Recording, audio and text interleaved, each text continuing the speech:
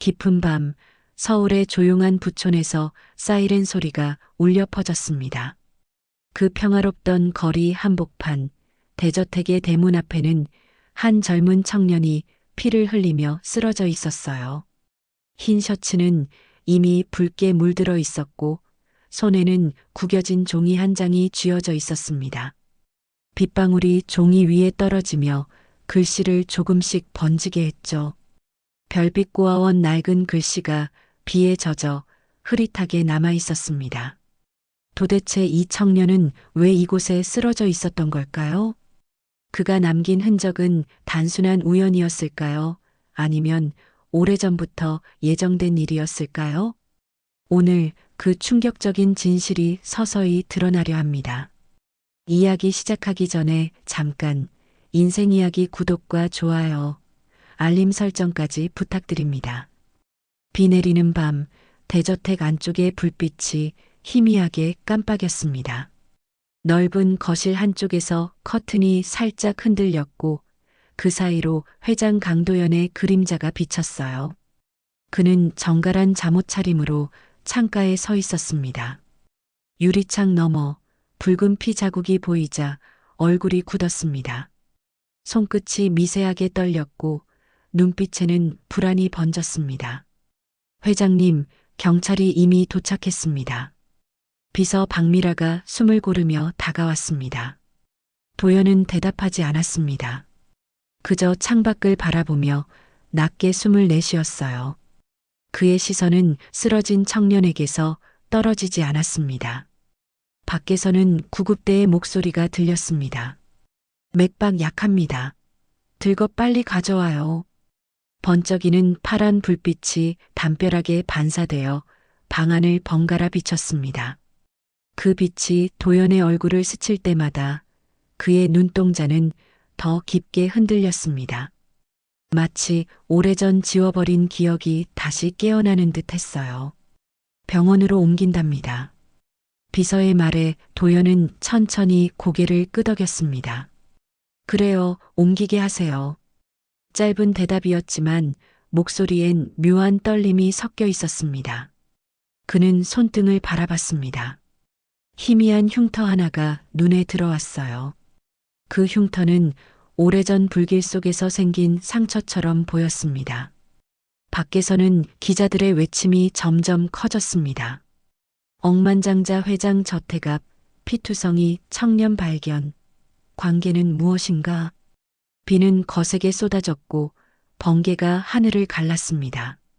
잠시 후 청년의 손에서 종이 한 장이 바닥으로 떨어졌습니다. 별빛 고아원이라는 글자가 빗물에 젖어 천천히 퍼졌습니다. 경찰이 종이를 주워들었지만 도연은 여전히 창밖을 바라볼 뿐이었죠. 회장님, 그 청년, 혹시 아시는 분입니까? 비서의 조심스러운 질문에 도연은 잠시 숨을 고르더니 낮게 대답했습니다. 모릅니다. 그 한마디는 짧았지만 분명히 떨리고 있었습니다. 비서는 그런 그의 얼굴에서 알 수 없는 두려움을 느꼈습니다. 도연은 천천히 커튼을 닫았습니다. 커튼이 닫히는 순간 방 안이 다시 어둠 속에 잠겼습니다. 밖에서는 구급차의 사이렌 소리가 멀어져 갔어요. 남은 건 고요함 뿐이었습니다. 도연은 의자에 앉아 고개를 숙였습니다. 그리고 아주 낮은 목소리로 혼잣말을 했습니다. 돌아왔구나. 그의 말이 끝나자 방 안의 공기가 묘하게 달라졌습니다. 마치 멈춰있던 운명이 다시 움직이기 시작한 것처럼요. 창밖에선 비가 계속 내렸고 그 빗소리는 오래된 비밀을 속삭이는 듯 했습니다.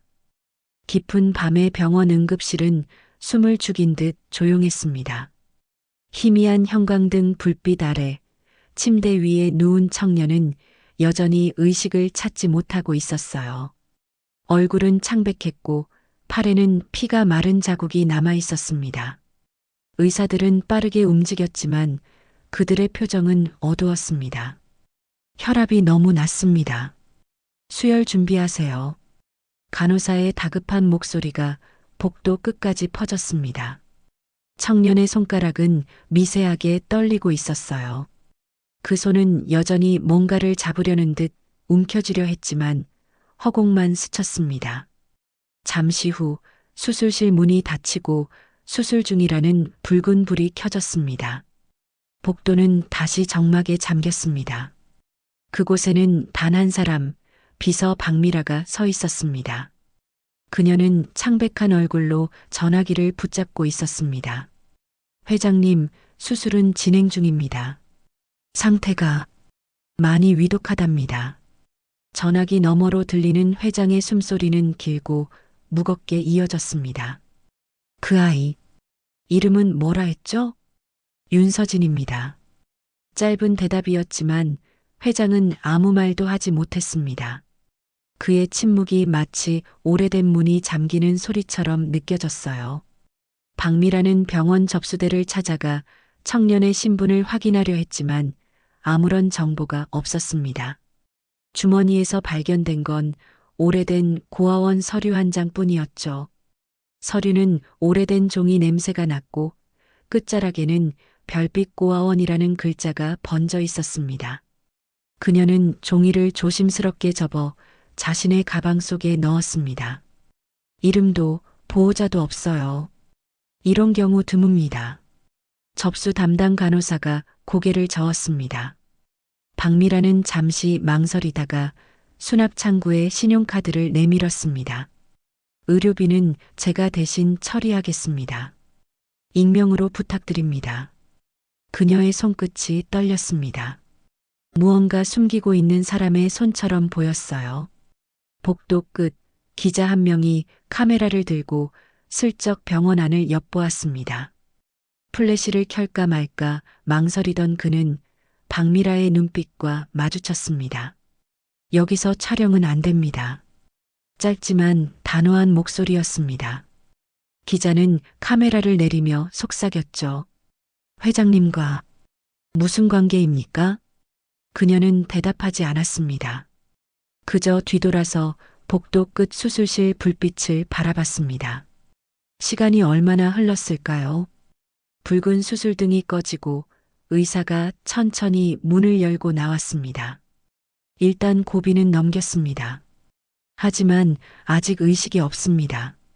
박미라는 안도의 숨을 내쉬며 고개를 숙였습니다. 눈가에는 미세한 눈물이 맺혀 있었어요. 의사는 잠시 머뭇거리다 말했습니다. 그런데 특이한 점이 있습니다.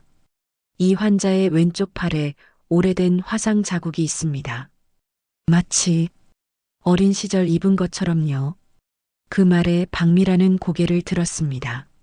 화상이요? 의사는 조심스럽게 고개를 끄덕였습니다. 흉터 모양이 어떤 불길 속에서 누군가 잡아 끌려 나온 흔적 같습니다. 박미라는 한참 동안 아무 말도 하지 못했습니다. 그녀는 천천히 수술실 창문 너머로 청년을 바라봤습니다. 그의 손등 위에 걸린 조명이 반짝이며 작은 흉터를 비췄습니다. 그 흉터는 마치 누군가의 기억처럼 또렷했습니다. 그 시각 회장 강도연은 집무실에서 같은 손자국을 바라보고 있었습니다. 그의 눈빛은 싸늘하게 식어 있었지만 손끝은 미세하게 떨렸어요. 그 떨림 속에는 오래된 불길의 잔상이 여전히 남아 있었습니다. 28년 전 한여름의 서울 외곽. 어둠 속에서 사이렌 소리가 울렸습니다. 낡은 간판이 걸린 별빛 고아원 건물 위로 붉은 불길이 솟구치고 있었어요. 아이들의 울음소리가 사방에서 들렸고 연기 사이로 원장하는 정이 달려나왔습니다. 그녀는 팔에 어린아이 하나를 안고 있었죠. 조금만 참아. 금방 끝날 거야. 하지만 그 목소리는 떨리고 있었습니다. 아이의 팔목엔 이미 불길이 스치며 붉은 상처가 남아 있었어요. 그때 검은색 승용차 한 대가 고아원 앞에 멈췄습니다. 차 안에는 젊은 남자 강도연이 앉아 있었습니다. 그는 문을 열지도 못한 채 차 안에서 불길을 바라봤습니다. 차창에 반사된 그의 얼굴은 불빛에 물든 듯 붉게 타올랐어요. 지금이라도 데리고 가야 합니다. 옆자리에 앉은 남자의 목소리가 들렸습니다. 하지만 도연은 대답하지 않았습니다. 두 손을 꽉 쥔 채 시선을 돌렸죠. 지금 가면 모든 게 끝납니다. 당신 이름도 회사도 다 잃어요. 그 말에 그는 눈을 감았습니다. 이유를 모른 채 아이를 바라보던 은정의 외침이 바람에 실려 들려왔습니다. 제발 그냥 이 아이만이라도 데려가 주세요.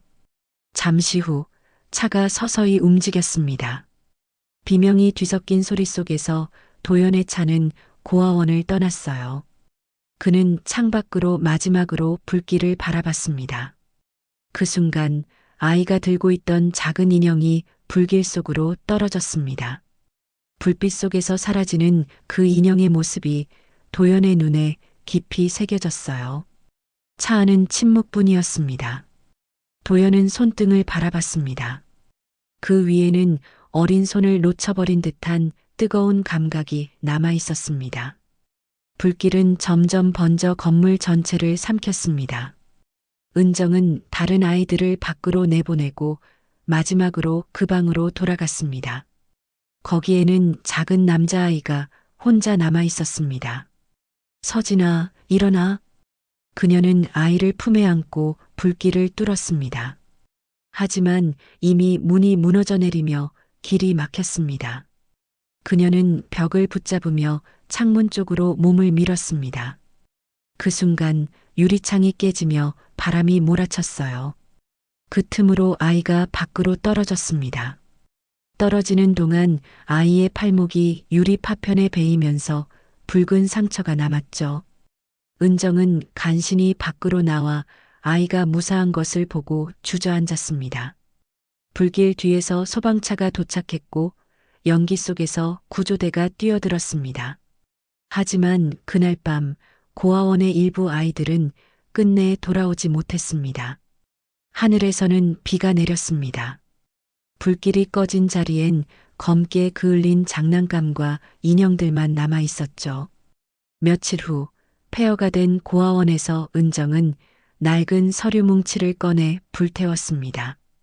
그 속에는 입양 신청서, 출생신고서, 그리고 한 남자의 이름이 적힌 종이가 있었습니다. 부강도현. 그녀는 손을 덜덜 떨며 불길 속에 서류를 던졌습니다.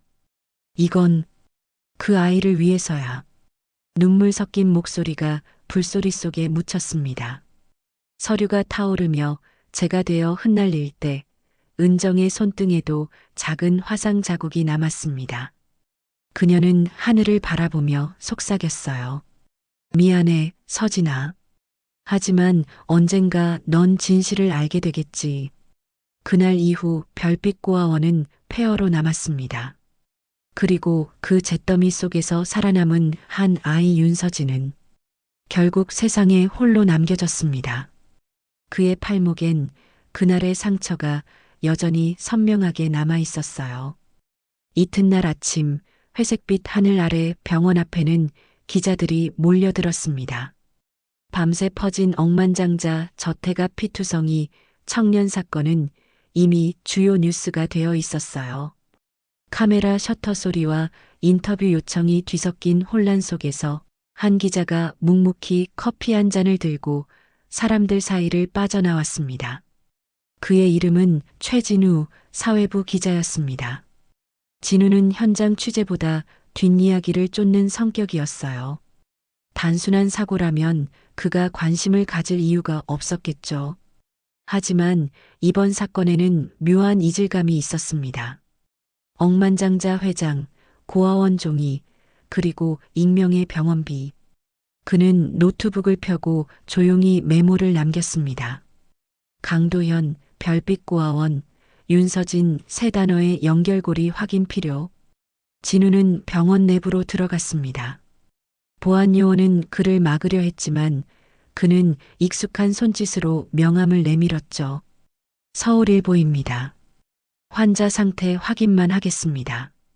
짧은 눈빛 교환 후 그는 복도로 들어섰습니다. 응급실 안쪽에서 보라색 셔츠를 입은 여자가 서류를 정리하고 있었습니다. 비서 박미라였습니다.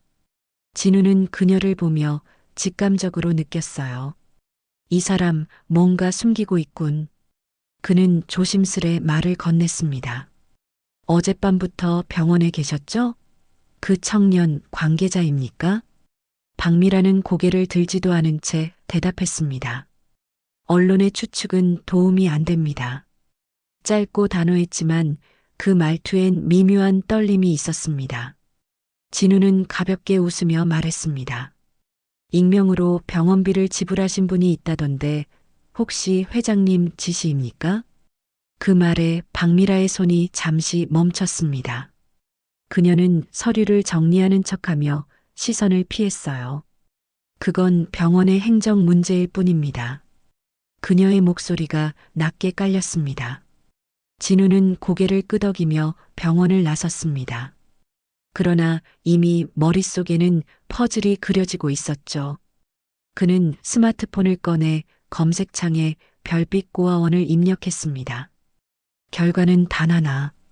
28년 전 화재로 전소, 생존자 1명.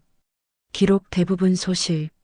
그 한 줄이 그의 시선을 멈추게 했습니다. 생존자 1명. 진우는 낮게 중얼거리며 담배를 꺼냈습니다. 그리고 다음 검색창에 강도연 별빛 고아원 후원이라고 입력했습니다. 그 순간 오래된 기사 한 줄이 화면에 떴습니다. 1990년대 초 강도연 회장, 고아원 복구 사업 후원. 그의 입꼬리가 미세하게 올라갔습니다. 역시 뭔가 있군요. 그날 저녁 진우는 작은 카페 한 구석에 앉아 메모를 정리했습니다. 테이블 위엔 고아원 화재 당시의 신문 스크랩, 그리고 병원 내부 사진이 흩어져 있었어요. 그의 노트에는 단 하나의 문장이 굵게 적혀 있었습니다. 그 청년 회장의 과거와 연결되어 있다. 갑자기 휴대폰이 울렸습니다. 발신자는 이름 없는 번호였습니다. 최 기자님 맞죠? 낯선 여자의 목소리가 들렸습니다. 별빛 고아원 사건에 대해 알고 싶으신 거죠? 진우는 놀라 손가락을 멈췄습니다. 누구시죠? 그 아이를 직접 돌봤던 사람이에요. 통화는 거기서 끊겼습니다. 그는 숨을 고르며 휴대폰을 내려놨습니다. 창밖엔 비가 다시 내리고 있었어요. 그리고 진우는 속으로 중얼거렸습니다. 이제 진짜 이야기가 시작되는군요. 넓고 조용한 대저택의 서재, 오래된 시계 소리가 규칙적으로 울렸습니다. 벽에는 세계 각국의 사진과 상장들이 걸려 있었고 그중 하나엔 별빛 복지재단 후원자 강도연이라는 문구가 선명히 적혀 있었어요. 강도연은 짙은 색 가운을 걸친 채 책상 앞에 앉아 있었습니다. 그의 시선은 손끝으로 만지작거리던 오래된 서류 한 장에 머물러 있었죠. 서류 가장자리는 약간이 타 있었고 종이 냄새는 오래된 불의 기억을 떠올리게 했습니다. 회장님, 오전 회의 준비가 끝났습니다. 비서 박미라가 조심스럽게 문을 열었습니다. 그녀는 여전히 병원의 긴장감을 벗지 못한 얼굴이었어요. 오늘은 미루죠. 도연은 고개를 들지 않은 채 짧게 말했습니다. 그의 목소리는 낮고 거칠었습니다. 미라는 잠시 망설이다가 책상 위의 서류에 시선을 두었습니다. 그녀는 그것이 오래된 고아원 기록임을 단번에 알아차렸습니다. 혹시 그 서류는 별빛 고아원, 도연의 한마디가 방안 공기를 멈추게 했습니다. 그는 의자에서 천천히 일어나 창가로 걸어갔어요. 커튼을 젖히자 회색 하늘과 함께 정원 한가운데의 나무 한 그루가 눈에 들어왔습니다. 그 나무 밑에는 작은 비석 하나가 놓여 있었습니다. 누군가를 잃은 자리입니까? 미라의 목소리는 낮고 조심스러웠습니다. 도연은 대답 대신 긴 숨을 내쉬었습니다. 오래전 불길 속에서 내가 놓쳐버린 아이가 있었소. 그날 이후 이 집도 내 인생도 전부 변했죠. 그의 손끝이 창문 유리에 닿았고 미세하게 떨렸습니다. 혹시 그 청년과 그럴 리 없소? 도연은 고개를 저었지만 눈빛이 흔들렸습니다. 그 아이는 죽었소. 이미 오래전에. 그의 말은 단호했지만 자신에게 하는 변명 같았어요. 잠시 정적이 흘렀습니다. 미라는 더 이상 묻지 않고 고개를 숙였습니다. 그녀는 서류를 챙기며 조심스레 방을 나가려 했습니다. 하지만 그 순간 책상 위 액자 하나가 눈에 들어왔습니다. 젊은 시절의 도연과 한 여인의 사진이었죠. 둘 사이엔 갓난아이가 안겨 있었습니다. 사진 구석에는 흐릿하게 적혀 있었어요. 1997 윤서진. 그녀는 눈을 크게 떴습니다. 그 이름은 병원에서 들었던 바로 그 이름이었어요. 순간 손끝이 떨리며 액자를 떨어뜨릴 뻔했죠. 미라 씨. 도연의 낮은 목소리가 등 뒤에서 들렸습니다. 그녀는 천천히 돌아섰습니다. 그 사진 봤겠죠? 그의 얼굴엔 미묘한 미소가 떠올랐습니다. 그러나 그 미소는 따뜻함보다는 두려움에 가까웠어요. 저는 아무것도 못 본 걸로 하겠습니다. 그럴 필요 없소. 어차피 진실은 곧 드러나게 돼 있으니까. 그의 시선이 창밖으로 향했습니다. 비가 다시 내리기 시작했고 빗줄기가 유리창을 타고 흘렀습니다. 도연은 손가락으로 창문에 남은 물자국을 따라 그렸습니다. 그 곡선은 마치 어린아이의 팔목에 남은 흉터와 닮아 있었어요. 잠시 후 전화벨이 울렸습니다. 도연은 전화를 받지 않은 채 잠시 바라봤습니다. 수신자 표시는 기자 최진우. 그의 표정이 굳어졌습니다. 벌써 움직이기 시작했군. 도연은 낮게 중얼거리며 전화선을 뽑았습니다. 그리고 그 자리에 앉아 한 문장을 중얼거렸어요. 서진아, 왜 하필 지금이냐? 창밖의 나무가 바람에 흔들렸습니다. 그 가지 끝에는 작은 새 한 마리가 앉아 있었어요. 그 모습은 잠시 평화로웠지만 도연의 눈에는 불안이 짙게 깔려 있었습니다. 그는 눈을 감고 손끝으로 심장 위를 짚었습니다.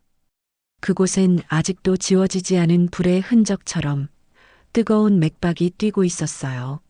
새벽의 병원은 고요했습니다. 창밖에서는 부슬비가 떨어지고 복도에는 기계의 일정한 삐소리만 울리고 있었어요. 하얀 천장 아래 청년 윤서진이 천천히 눈을 떴습니다. 시야가 흐릿했고 귀에는 여전히 기계음이 멀게 들렸습니다. 몸을 조금만 움직여도 통증이 밀려왔습니다. 그는 천천히 손을 들어 올렸습니다. 붕대로 감긴 팔목 아래에서 묘한 열감이 느껴졌어요. 그곳엔 오래된 화상 자국이 있었습니다. 이게 뭐지? 그의 입술이 거의 들리지 않을 만큼 작게 움직였습니다. 간호사가 서둘러 다가왔습니다. 의식이 돌아오셨네요. 움직이시면 안 돼요. 서진은 숨을 고르며 천장을 바라봤습니다. 여기가 어디죠? 병원이에요. 안전하십니다. 그녀의 목소리는 부드러웠지만 그의 눈빛은 여전히 불안했습니다. 그때 문이 열리며 비서 박미라가 들어왔습니다. 그녀는 흰 재킷 위에 어두운 색 코트를 걸친 채 조용히 걸어왔습니다. 윤서진 씨, 일어나셨군요. 서진은 낯선 얼굴을 바라보며 눈을 가늘게 떴습니다. 누구세요? 병원비를 대신 처리한 사람입니다. 걱정 마세요. 곧 퇴원할 수 있을 겁니다. 그녀의 말투는 담담했지만 눈빛 속에는 복잡한 감정이 스쳤습니다. 제가 왜 여기 있는 거죠? 그의 질문에 미라는 잠시 말을 잃었습니다. 기억이 안 나시나요? 서진은 고개를 천천히 저었습니다. 집 앞이었어요. 누군가를 만나러 갔던 것 같은데. 그는 눈을 감고 기억을 더듬었습니다. 짧은 장면들이 머릿속을 스쳐갔습니다. 비 오는 밤, 번쩍이는 불빛, 그리고 누군가의 목소리. 서진아, 돌아오지 마. 그는 갑자기 숨을 헐떡이며 상체를 일으켰습니다. 괜찮으세요? 미라가 급히 다가와 그를 붙잡았습니다. 누가 날 불렀어요? 그 목소리 분명 들렸어요. 그녀는 잠시 그를 바라보다가 의자를 끌어와 앉았습니다. 당분간은 기억이 혼란스러우실 겁니다. 충격 때문이에요. 아니요, 그건 꿈이 아니었어요. 서진의 눈빛은 확신에 차 있었습니다. 그때 병실 문틈으로 기자 최진우가 모습을 드러냈습니다. 그는 조심스레 들어와 인사를 건넸습니다. 안녕하십니까? 윤서진 씨. 서울일보 최진우 기자입니다. 기자요? 서진은 의아한 표정으로 그를 바라봤습니다. 당신 이야기 세상이 궁금해합니다. 왜 하필 그 집 앞이었는지, 왜 그런 밤이었는지. 미라의 얼굴이 굳었습니다. 지금은 인터뷰할 상황이 아닙니다. 그녀는 단호하게 진우를 막아섰습니다. 하지만 진우는 쉽게 물러서지 않았습니다. 그럼 하나만 묻겠습니다. 회장님은 알고 계십니까? 이 청년이 누구인지. 그 말에 미라의 표정이 흔들렸습니다. 잠시 정적이 흘렀고 서진은 둘의 대화를 들으며 눈을 크게 떴습니다. 회장님이라니요? 누굴 말하는 거죠? 그러나 그때 미라가 재빨리 말을 잘랐습니다. 이야기는 나중에 하죠. 지금은 회복이 먼저입니다. 진우는 한 걸음 물러나며 고개를 숙였습니다. 좋습니다. 하지만 기억은 금방 돌아옵니다. 그리고 그 기억이 모든 걸 바꿀 겁니다. 그는 그렇게 말하고 조용히 병실을 나갔습니다. 문이 닫히자 서진은 다시 침대 위로 몸을 기댔습니다. 그의 시선이 창가로 향했습니다. 비가 유리창을 타고 흘러내리며 불빛을 희미하게 비쳤습니다. 그 빛 속에서 그는 잠시 환영처럼 한 남자의 실루엣을 보았습니다. 낯설지만 이상하게 따뜻한 눈빛을 가진 남자. 그는 손을 들어 창문을 향해 뻗었습니다. 하지만 손끝은 허공만 스쳤습니다. 눈을 감은 그의 귓가에 낮게 속삭이는 목소리가 들렸습니다. 서진아, 이제 기억해라. 늦은 오후 회색빛 하늘이 대저택을 덮고 있었습니다. 잔잔히 내리던 비가 그치자 정원에서 빗물이 흘러내렸어요. 회장 강도연은 서재 창가에 서서 멀리 하늘을 바라보고 있었습니다. 그의 손에는 윤서진의 이름이 적힌 병원 기록지가 쥐어져 있었죠. 손끝이 하얗게 질릴 정도로 세게 쥐고 있었고 눈빛엔 깊은 갈등이 담겨 있었습니다. 회장님, 그분이 오셨습니다. 박미라의 목소리가 문 너머에서 들렸습니다. 잠시 침묵이 흐르고 도연은 천천히 고개를 들었습니다. 들여보네요. 그의 목소리는 낮고 담담했지만 방 안 공기는 한순간에 팽팽해졌습니다. 문이 열리고 윤서진이 들어왔습니다. 그는 여전히 병원 복장의 셔츠 위에 얇은 코트를 걸친 채였고 얼굴에는 아직 피로가 남아 있었지만 눈빛은 선명했습니다. 두 사람의 시선이 마주쳤습니다. 순간 아무 소리도 들리지 않았습니다. 바람도 멈춘 듯 세상에 오직 두 사람만 남은 듯 했어요. 서진이 먼저 입을 열었습니다. 저를 부르셨다고 들었습니다. 도연은 조용히 고개를 끄덕였습니다. 그래요. 오랜만입니다. 저는 회장님을 처음 뵙습니다. 짧지만 날카로운 대답이었죠.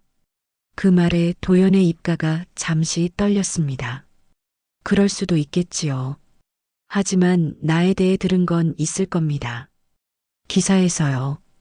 그리고 병원에서. 서진은 주머니에서 낡은 종이 한 장을 꺼냈습니다. 별빛고아원이라는 글자가 흐릿하게 번진 그 종이었습니다. 이게 제 손에 쥐어져 있었다고 합니다. 이게 저와 회장님을 이어주는 유일한 증거라고요. 그는 그 종이를 책상 위에 내려놓았습니다. 도연의 시선이 그 종이에 닿는 순간 그의 손이 미세하게 떨렸습니다. 그 고아원에서 무슨 일이 있었습니까? 서진의 목소리는 낮았지만 단단했습니다. 도연은 잠시 침묵했습니다. 그리고 천천히 의자에 앉아 창밖을 바라봤습니다. 그날 밤 불이 났지요. 난 그 아이를 구하지 못했어요. 그의 목소리는 차분했지만 눈빛은 붉게 흔들렸습니다. 당신은 그 아이의 아버지입니까? 서진의 질문이 방안을 찢듯이 울렸습니다. 잠시 모든 것이 멈췄습니다. 도연은 천천히 고개를 돌렸습니다. 그의 눈동자 속에는 두려움, 후회, 그리고 미안함이 엉켜 있었어요. 그래요. 내가 내 아버지요. 그 한마디에 서진의 얼굴이 굳었습니다. 숨소리조차 멎은 듯 방안은 무거운 침묵으로 가득 찼습니다. 그럼 왜 지금까지 숨기셨습니까? 지킬 수 없었소? 나의 이름도 너의 존재도 지킨 게 아니라 버리신 거겠죠. 서진의 목소리가 떨렸습니다. 그의 손끝이 테이블을 꽉 움켜쥐며 흰색으로 질렸습니다. 불이 나던 날 나는 그곳에 있었어요. 누군가의 손을 붙잡았는데 결국 놓쳤어요. 그게 당신이었나요? 도연의 눈에 눈물이 맺혔습니다. 그는 천천히 일어나 서진 앞으로 다가갔습니다. 그래요. 내가 그 손을 놓쳤소? 그는 손을 뻗었지만 서진은 한 발 물러났습니다. 이제 와서 무슨 소용입니까? 당신은 이미 저를 잃었어요. 그의 목소리가 갈라졌습니다. 그래도 나에게 다시 기회를 주게. 기회요? 이젠 도망치지 않겠소. 너를 아들로 부르고 싶다. 잠시 정적이 흐른 뒤 서진은 고개를 숙였습니다. 눈물이 떨어져 바닥을 적셨습니다. 아직은 모르겠습니다. 당신을 용서할 수 있을지. 그의 말에 도연은 고개를 끄덕였습니다. 괜찮소? 그 말이 듣고 싶었소? 창문 밖에서는 해가 서서히 지고 있었어요. 붉은 노을빛이 방 안으로 스며들며 두 사람의 얼굴을 비췄습니다. 한 사람은 지난날의 죄를 아는 아버지, 또 한 사람은 잃어버린 기억을 되찾은 아들. 그들의 그림자가 천천히 겹쳐졌습니다. 그로부터 몇 달 뒤 봄의 햇살이 대지를 따뜻하게 감쌌습니다. 겨우내 비어있던 저택의 정원에는 새잎이 돋아났고 한때 싸늘하던 공기도 부드럽게 변해 있었어요. 새로 세워진 재단의 현판에는 별빛 장학재단이라는 이름이 걸려 있었습니다. 그 이름은 과거의 고통이 아닌 이제는 누군가의 미래를 밝히는 빛이 되었죠. 정원 한가운데 작은 나무 아래에선 윤서진이 흙을 다지고 있었습니다. 그의 옆에는 회장 강도연이 서 있었습니다. 도연의 머리는 더 휘어졌지만 표정만큼은 편안했습니다. 이 나무는 내가 심은 거냐? 네, 아버지. 이 나무가 자라면 고아원 아이들이 쉴 그늘이 될 거예요. 도연은 고개를 끄덕이며 조용히 미소 지었습니다. 그땐 손을 놓쳤지만 이번엔 절대 놓치지 않겠소. 그의 말에 서진은 잠시 눈을 내리깔았지만 이내 부드럽게 웃었습니다. 재단 개소식이 열리자 아이들의 웃음소리가 정원에 퍼졌습니다. 서진은 아이들과 함께 풍선을 나눠주며 활짝 웃었습니다. 그의 손목에 남은 흉터는 여전히 있었지만 이제는 아물어가는 상처처럼 보였어요. 도연은 멀리서 그 모습을 지켜보며 눈을 떼지 못했습니다. 그의 눈가에 눈물이 맺혔지만 이번엔 슬픔이 아닌 안도였습니다. 잠시 후 기자 최진우가 조용히 다가왔습니다. 좋은 일을 하시네요, 회장님. 도연은 웃으며 대답했습니다. 이제야 해야 할 일을 하는 거요. 그럼 이 이야기는 기사로 써도 되겠습니까? 그래요. 하지만 제목은 부탁하겠소. 용서의 시작으로. 진우는 고개를 숙이며 조용히 미소 지었습니다. 아마 그 제목이 사람들에게 오래 남을 겁니다. 행사가 끝나고 정원에 조용한 바람이 불었습니다. 서진은 아버지 옆에 나란히 섰습니다. 둘은 나무 아래 작은 비석 앞에 꽃을 놓았습니다. 그 비석에는 단 한 줄만 새겨져 있었어요. 잃어버린 이름, 그러나 영원한 사랑으로. 이젠 괜찮으세요? 서진의 물음에 도연은 하늘을 바라봤습니다. 하얀 구름 사이로 햇살이 비쳐들며 그의 얼굴을 감쌌습니다. 그래, 이제는 괜찮소. 이 빛이 그녀가 남긴 용서 같구나. 그의 목소리는 조용했지만 따뜻했습니다. 서진은 천천히 고개를 끄덕이며 미소 지었습니다. 그때 아이 한 명이 다가와 물었습니다. 회장님, 이 나무 이름이 뭐예요? 도연은 웃으며 대답했습니다. 서진나무라고 하자꾸나. 한 아이가 다시 태어난 이야기니까. 아이의 웃음소리가 정원에 퍼졌습니다. 하늘은 맑았고 바람은 포근했습니다. 카메라는 두 사람의 등을 비추며 천천히 멀어졌습니다. 저택 뒤편의 나무가 흔들리며 반짝이는 빛을 뿜었어요. 그 빛은 마치 오랜 시간 묻혀있던 죄와 아픔이 드디어 용서로 바뀌는 순간처럼 따뜻했습니다.